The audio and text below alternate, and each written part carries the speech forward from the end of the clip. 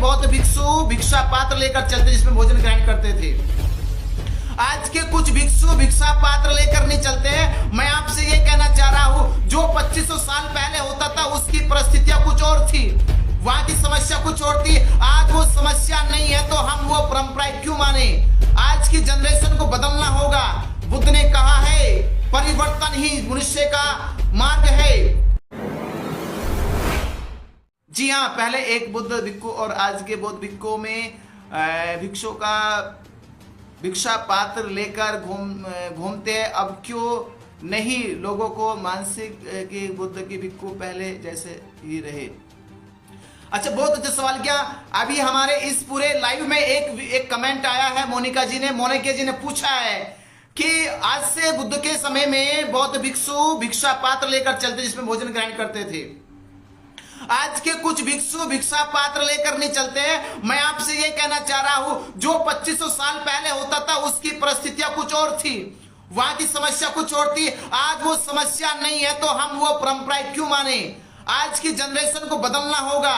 बुद्ध ने कहा है परिवर्तन ही मनुष्य का मार्ग है, परिवर्तन कर लेना ही मनुष्य का उद्देश्य है। पहले भिक्षु इसलिए पात्र लेकर चलता था। मैं आपको पहले भिक्षु क्यों पात्र लेकर चलता था उसके संदर्भ में बता रहा हूं कि पहले गृहस्थ लोगों के पास, उपासकों के पास उस समय सीमित खाने के पात्र होते थे। यानी गृहस्थ लोगों के पास उतने पात्र नहीं होते थे कि वह भिक्षु संघ को अपने भोजन पात्र में भोजन करा सके। सीमित पात्र होते थे, उनके पास उतने बर्तन नहीं होते थे, उतने भोजन के पात्र नहीं होते थे कि वो कम से कम 1, 2, 5, 10 लोगों को भोजन करा सके। इसीलिए बुद्ध के भिक्षु संघ में बुद्ध ने एक आदेश किया कि आप नारियल की लकड़ी का जो पात्र होता है या अन्य कोई और चीज का बना हुआ पात्र ही रखे करे, और जब उपासक के यहाँ पे जाए, गृहस्थ के यहाँ पर जाए, वहां से अपना भोजन अपने पात्र में ले। उसमें पात्र की कमी थी।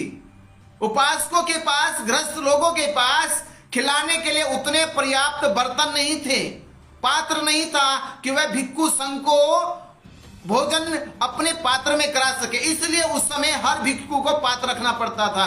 पर आज के समय में हर घर के अंदर 5-10 लोगों को खिलाने के बर्तन होते हैं।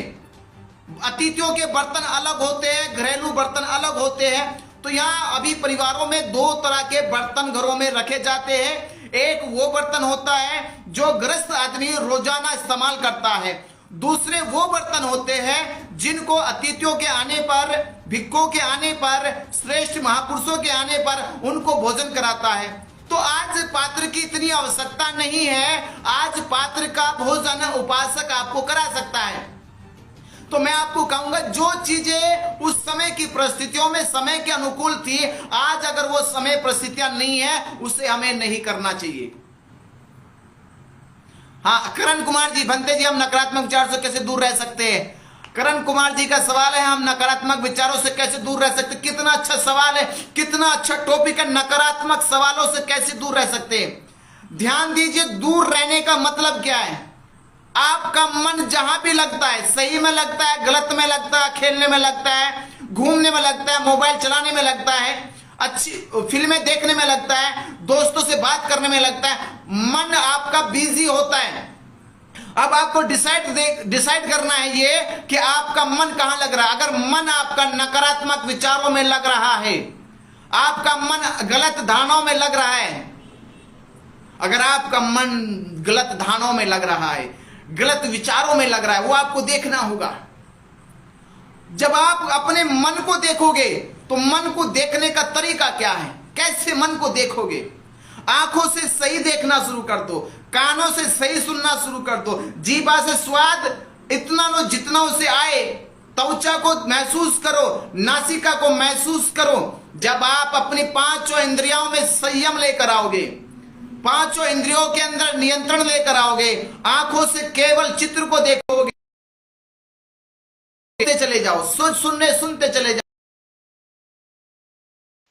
आप प्रशंसा सुनो तो उस पे नाचो मत, आप आलोचना सुनो उस पे क्रोधित मत हो, संयम बनाकर रखो।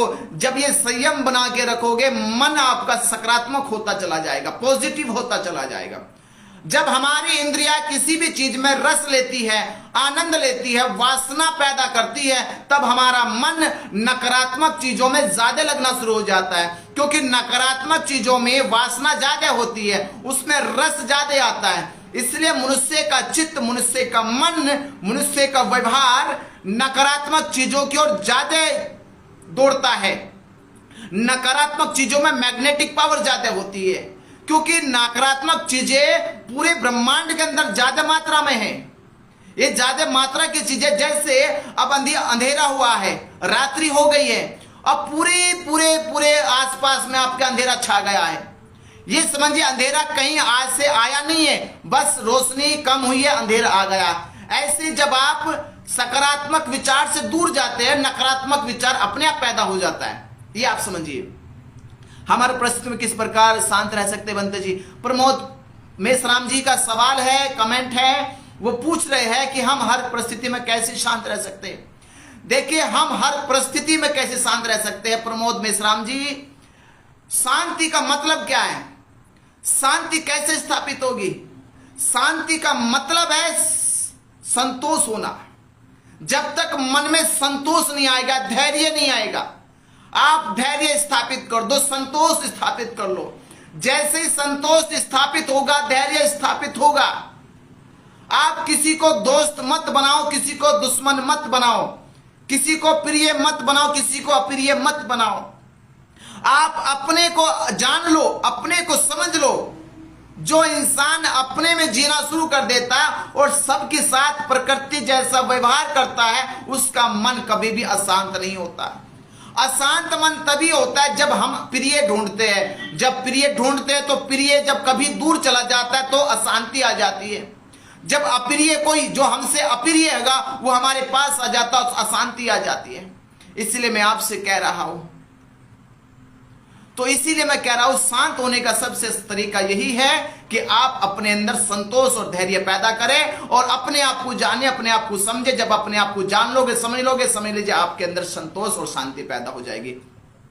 सत्य का बनते जिन्हें सकारात्मक सोच मनुष्य में बदलाव ला सकती है।